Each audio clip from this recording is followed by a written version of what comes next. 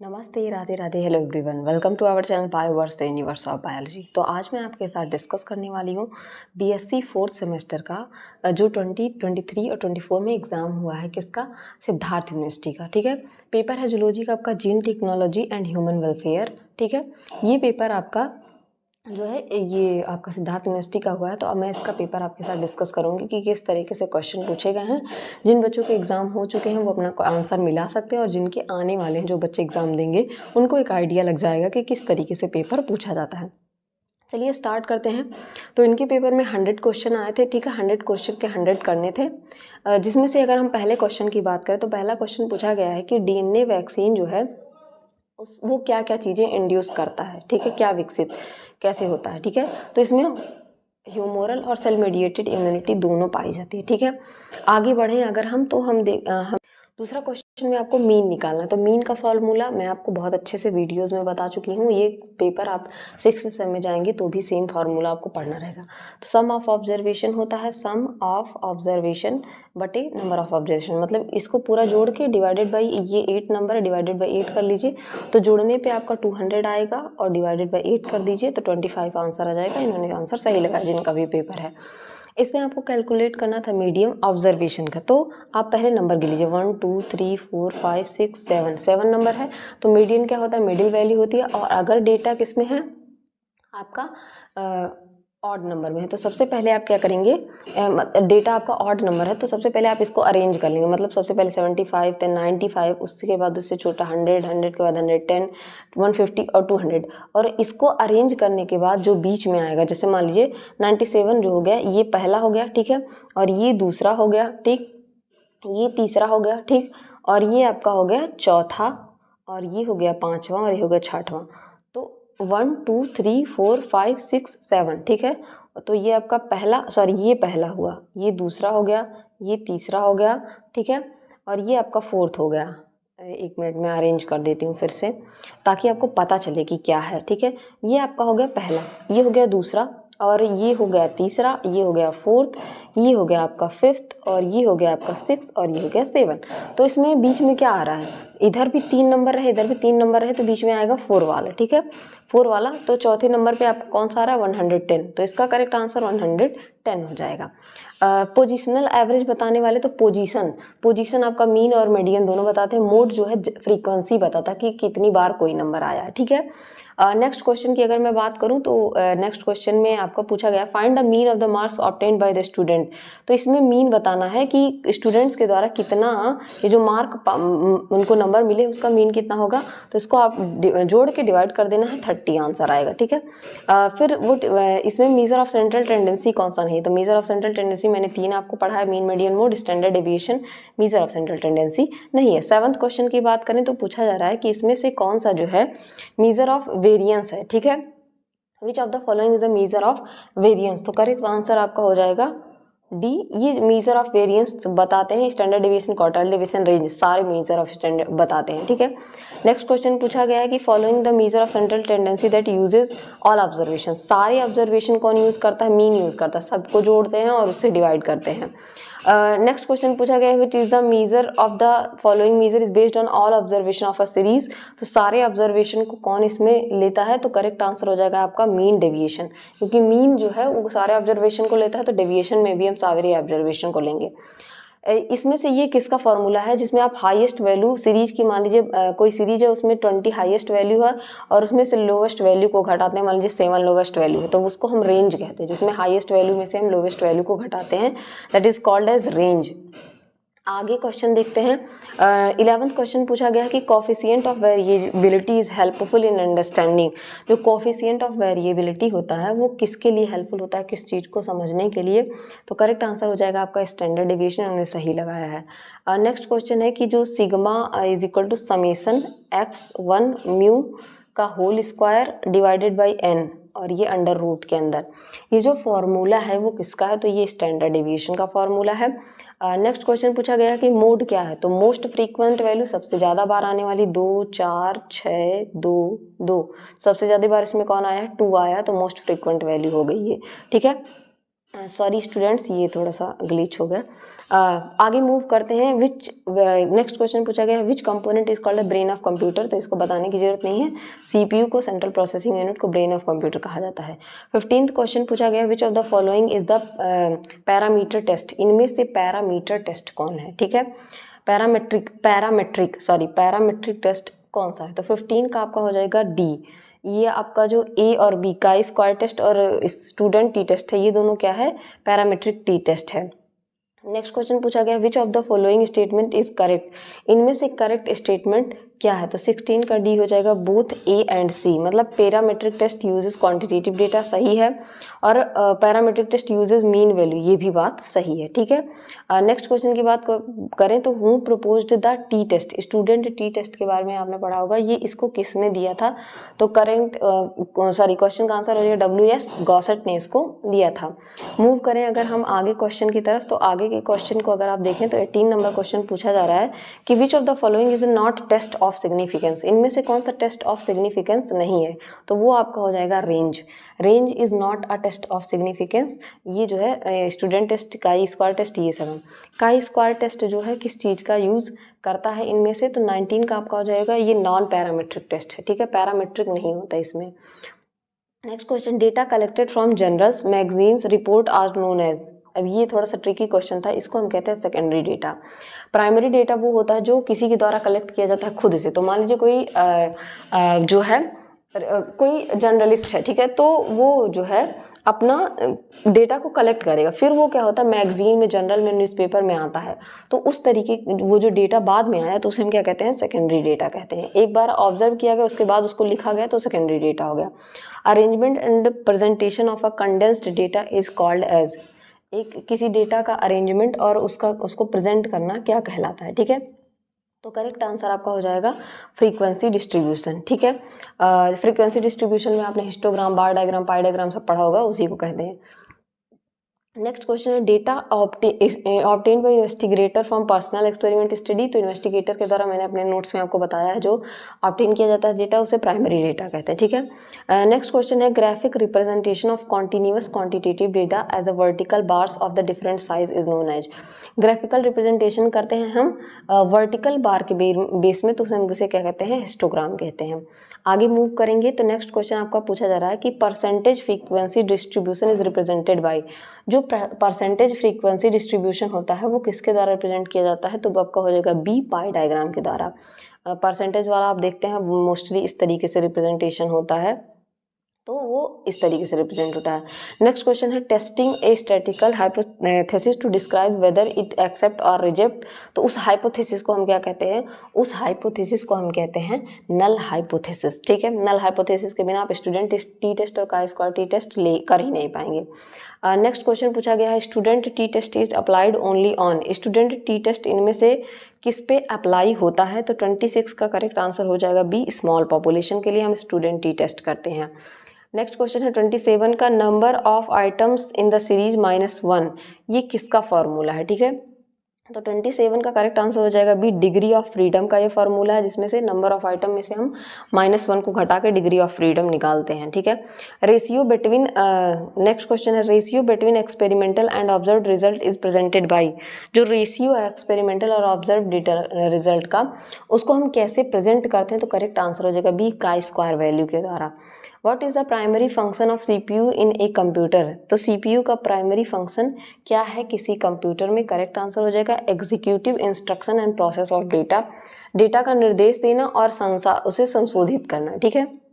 Next question की मैं बात करूं तो पूछा जा रहा है, which operating system is commonly associated with Apple computers. तो वो आपका हो जाएगा मैक OS। मैक OS जो है एप्पल के कंप्यूटर से क्या होता है, रिलेटेड होता है। विंडोज़, लिनक्स, एंड्रॉयड, विंडोज़ और लिनक्स आपका कंप्यूटर से रिलेटेड होता है, और एंड्रॉयड जो है वो फ़ोन से रिलेटेड होता है, ठीक है।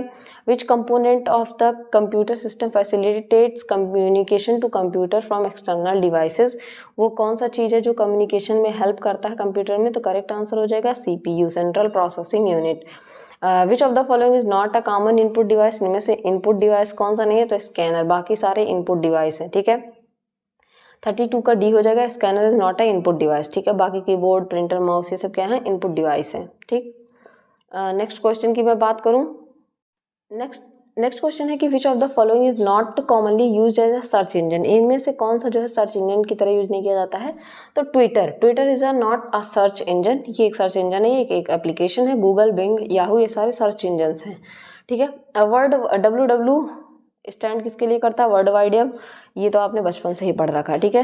What is gene therapy, gene therapy क्या होता है, तो ये क्या होता है, treatment of genetic disorder and disease caused by inheritance, ऐसे जो है डिजीज का क्या करना, ट्रीटमेंट करना जो जेनेटिकली इनहेरिटेड हुआ है आपके मदर और फादर से, ठीक है। तो इसका ये मतलब हो गया। और नेक्स्ट क्वेश्चन है which of the following is a part of CPU, इसमें से कौन सा CPU का पार्ट है, तो arithmetic and logical, sorry all of the control unit, register, arithmetic and logical unit, ये सारे के सारे किसके पार्ट हैं, CPU के पार्ट है। चलिए आगे देखते हैं। नेक्स्ट क्वेश्चन पूछा जा रहा है which of the following is the not the primary memory of computer, इनमें से प्राइमरी मेमोरी का पार्ट कौन सा नहीं कंप्यूटर का, तो रैम, रोम है, और ये सारे रैम के ही पार्ट है, रोम, रैम और रोम के पार्ट हैं। तो 37 का आपका हो जाएगा D, क्योंकि D ये जो है प्राइमरी मेमोरी का पार्ट नहीं है। URL क्या है, यूनिफॉर्म रिसोर्स लोकेटर, तो यूनिफॉर्म रिसोर्स लोकेटर आपका पहला ही है। 38 ये एक क्या होता है, URL एक एड्रेस कह सकते हैं, आपका वेब के फॉर्म में एड्रेस होता है। HTML क्या है, तो हाइपर टेक्स्ट मार्कअप लैंग्वेज होता है, ये आपका 39 का C हो जाएगा करेक्ट आंसर। नेक्स्ट क्वेश्चन पे आते हैं 40, विच of the following is an output device, तो इनमें से आउटपुट डिवाइस है आपका जॉयस्टिक, जो पकड़ के आप गियर जैसे जिससे का लगता है कार वगैरह में, उसी तरीके से जॉयस्टिक होता है, ठीक है। नेक्स्ट क्वेश्चन पे आते हैं कि which of the following is a hardware of computer, इनमें से कंप्यूटर का हार्डवेयर कौन है, मॉनिटर, आप सबको पता है हार्डवेयर को क्या होता है, जिसको हम टच कर सकते हैं, जिसको हम छू पाते हैं, वो आपका हार्डवेयर पार्ट होता है। बाकी विंडोज, MS ऑफिस, गूगल, इन सबको आप छू नहीं सकते हैं, ठीक है। अब ये मत कहिएगा कि कंप्यूटर की स्क्रीन पे आप गूगल को टच कर सकते हैं अपने फ़ोन की स्क्रीन पे, वो बात नहीं है। आप उसमें डेटा डालते हैं, वो एक्सेस करके देता है, और मॉनिटर को आप टच कर सकते हैं, ठीक है। Which of the following is a primary biological database, इनमें से प्राइमरी बायोलॉजिकल डेटाबेस कौन सा है, तो करेक्ट आंसर हो जाएगा NCBI। NCBI का फुल फॉर्म आप सब कमेंट सेक्शन में जरूर बताइए, और पूछा भी गया है कई सारी यूनिवर्सिटीज़ में। Which of the following is not related to protein sequence database, इनमें से कौन सा जो है प्रोटीन सीक्वेंस डेटाबेस से रिलेटेड नहीं है, तो करेक्ट आंसर हो जाएगा 43 का आपका DDBJ। DDBJ क्या है, ये प्रोटीन सीक्वेंस का नहीं है, बाकी सब प्रोटीन सीक्वेंस के डेटाबेस है।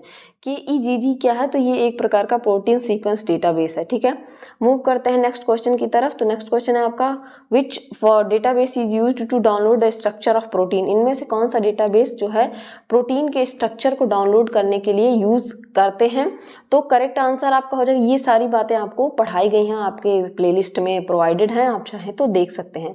तो 45 का करेक्ट आंसर आपका हो जाएगा B, RCSB-PD, ठीक है, प्रोटीन के लिए यूज होता है। Which of the following is use to find collection of published literature, published literature का कलेक्शन आपको इनमें से किस पे मिल जाएगा, तो करेक्ट आंसर हो जाएगा पबमेड और गूगल स्कॉलर, दो चीज यूज करते हैं। सेम चीजें आपको पढ़नी है जब आप 6th सेम में जाएंगे उसके बॉटनी और जूलॉजी के स्लैब्स में। बायोइन्फॉर्मेटिक्स क्यों यूजफुल है, तो ये सारी चीजों के लिए, प्रेडिक्टिव रिसर्च के लिए, फाइलोजेनेटिक एनालिसिस के लिए, एवोल्यूशनरी रिलेशनशिप के लिए, सारी बातें आप पढ़ते, डेंड्रोग्राम, फेंड्रोग्राम आप सबने पढ़ा होगा।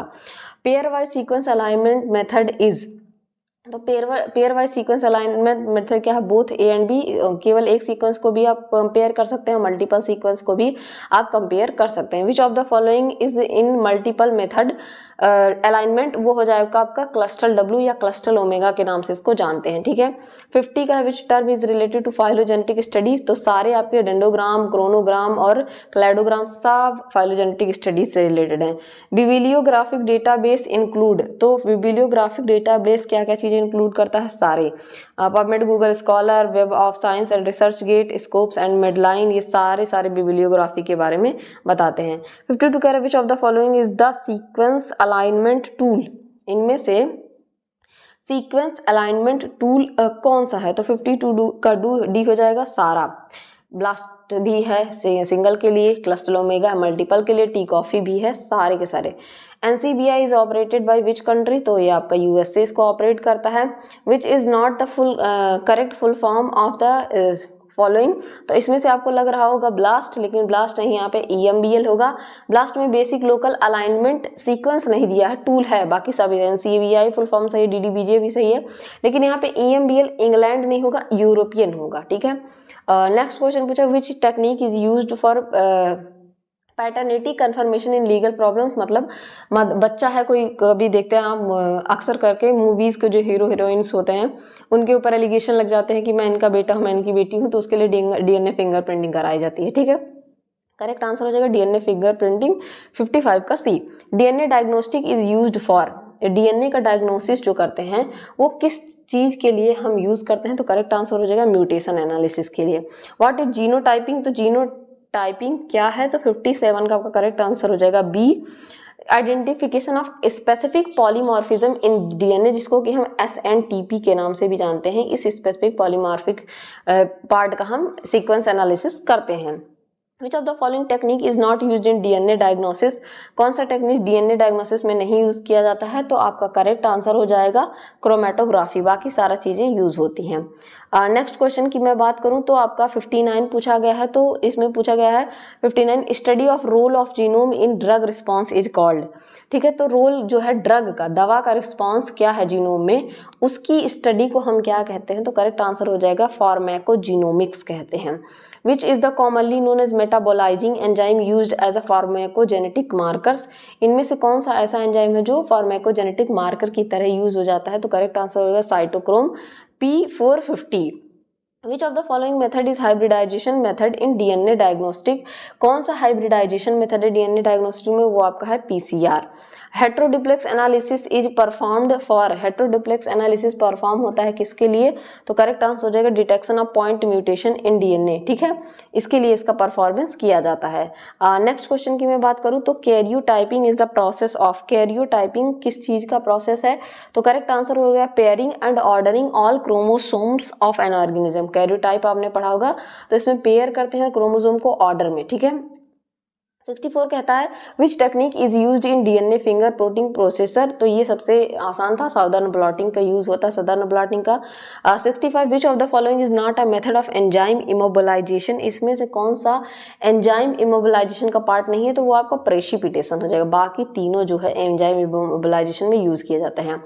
66 पूछ रहा भाई which of the following enzyme production method micro organism are grown on a solid substrate, किसमें जो है सॉलिड सबस्ट्रेट पे माइक्रो ऑर्गेनिज्म ग्रो किए जाते हैं, तो करंट आप क्वेश्चन हो जाए सॉलिड स्टेट फर्मेंटेशन, इसे SSF के नाम से भी जानते हैं, सॉलिड स्टेट फर्मेंटेशन की जगह आपको SSF भी दे सकता है। नेक्स्ट क्वेश्चन पूछा जाए what is the primary role of microbial cultures in enzyme technology, primary role क्या होता है माइक्रोबियल कल्चर का जो हम एंजाइम टेक्नोलॉजी में यूज करते हैं। ठीक है, तो करेक्ट आंसर आपका हो जाएगा B, to act as a catalysis in reaction, एक कैटालिस्ट की तरह वर्क करता है जिससे एंजाइम की एक्टिविटी, उसका काम बढ़ जाता है, जल्दी होता है। What is the purpose of inoculation in microbial culture, microbial culture में हम इनोकुलेशन क्यों करते हैं, तो इंट्रोड्यूस करने के लिए small group of micro organism into growth है मीडियम, एक मीडियम लेते हैं उसमें ग्रोथ के लिए माइक्रो ऑर्गेनिज्म के हम इसका यूज करते हैं। ठीक है, नेक्स्ट क्वेश्चन पूछा गया है कि which of the following which type of culture media encourage the growth of specific micro organism while inhibiting the growth of other, केवल एक का ग्रोथ होगा बाकी सबको वो दबा के रखेगा, इनहिबिट करके रखेगा, तो सेलेक्टिव मीडिया उसको कहते हैं, सिर्फ एक को selective. What is the purpose of bacterial culture, bacterial culture का पर्पज क्या है, तो करेक्ट आंसर हो जाएगा to grow bacteria in a controlled environment, bacterial culture मतलब बैक्टीरिया को ग्रो करना है कंट्रोल्ड इन्वायरमेंट में। आगार किससे मिलता है, एल्गी से मिलता है, जेलिडियम एंड ग्रेसिलेरिया नामक दो एल्गी होते हैं, इनसे आगार हम लेते हैं।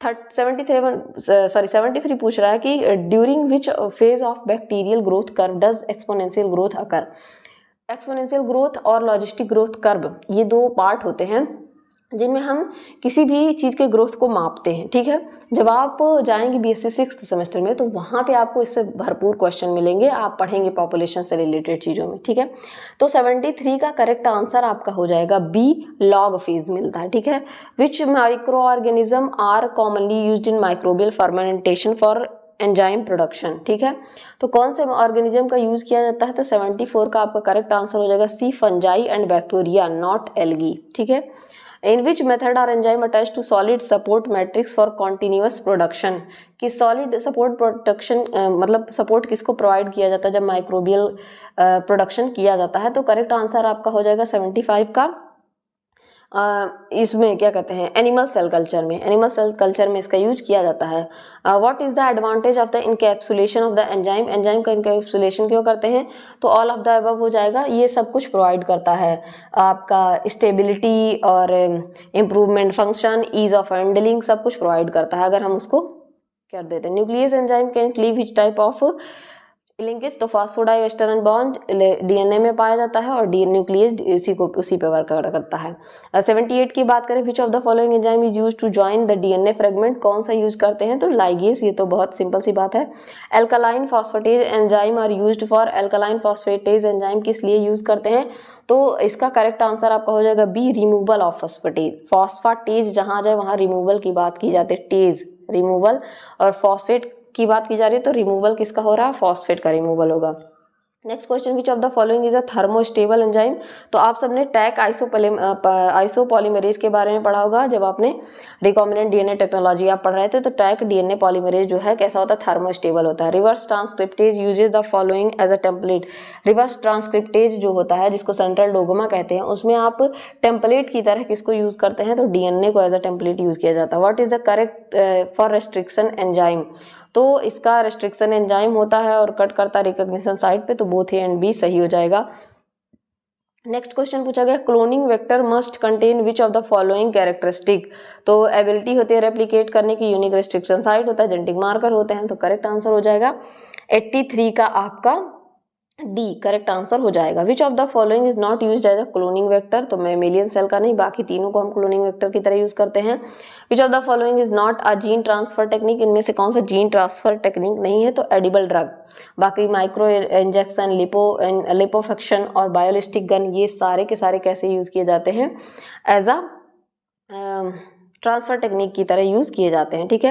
Next question, which ion is used as a cofactor in process of ligation, ligation का जो प्रोसेस होता है उसमें कौन सा आयन एज अ को फैक्टर यूज किया जाता है, तो होता है आपका मैग्नीशियम।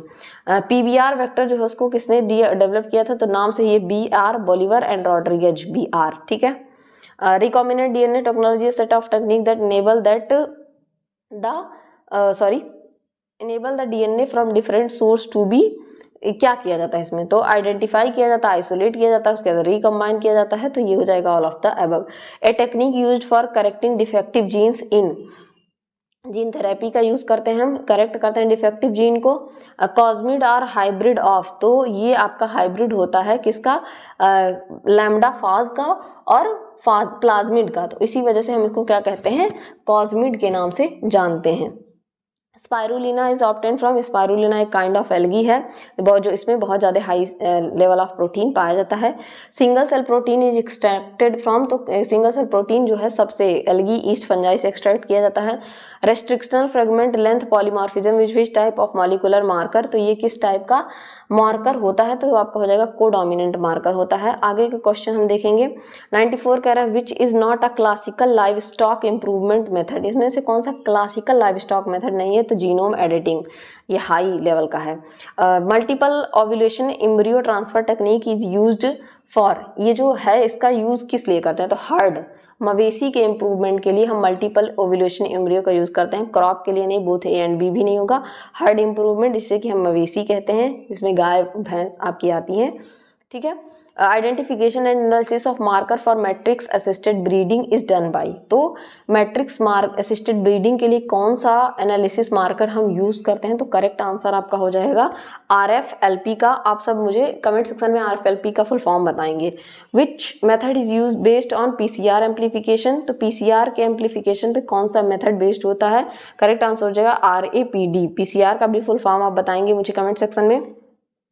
98 जो बच्चे कमेंट करते हैं लगता है कि हाँ उन्हें इंटरेस्ट है पढ़ने में, कमेंट्स करने से मुझे फीडबैक भी मिलता है मेरा क्या रिस्पांस है, तो मैं ऐसा आशा करती हूँ जो बच्चे पढ़ने वाले हैं कमेंट जरूर करते होंगे। 98 की बात की जाए तो altering the genome so that the permanent change occur that follow the subsequent generation is known as, gene का अल्टरेशन करना जो सबसीक्वेंट जनरेशन में पास हो, तो इस तरीके के जनरेशन को हम क्या कहते हैं, ट्रांसजेनिक ऑर्गेनिज्म कहते हैं। जैसे उनके जीन में आपने कोई चेंज कर लिया तो आगे जो भी रिप्रोड्यूस करेंगे वो सेम उसी तरह करेंगे। 99 कह रहा है which method is use to develop transgenic animal, कौन सा मेथड यूज किया जाता है ट्रांसजेनिक एनिमल को डेवलप करने के लिए, तो सारे polynuclear injection, embryonic stem cell और क्रिस्पर का यूज। ग्लोफिश क्या है, ग्लोफिश एक टाइप का क्या है एनिमल, सॉरी ट्रांसजेनिक एनिमल है, ठीक है, ट्रांसजेनिक एनिमल है जो कि बनाया गया है आपकी वैरायटी फिश की जो आपके एक्वेरियम में देखे जाते हैं। तो होपफुली सारे बच्चों को क्वेश्चन पूरे अच्छे तरीके से समझ में आए होंगे कि किस तरीके से क्वेश्चन पूछे जा रहे हैं। जिनके एग्जाम्स नहीं उनके लिए तो ये समझ लीजिए प्रीवियस ईयर क्वेश्चन जो होते हैं वो वरदान की तरह होते हैं, मतलब अमृत की तरह होता है कि अगर आपको आइडिया लगे कि इस तरीके से क्वेश्चन पूछ रहा है तो आप बहुत आसानी से क्वेश्चन करके आएंगे। तो होपफुली सारी बच्चों ने अच्छे से पढ़ाई की होगी और एग्जाम अच्छे से दे रहे होंगे। तब तक के लिए पढ़ते रहिए, बढ़ते रहिए। Thank you everyone.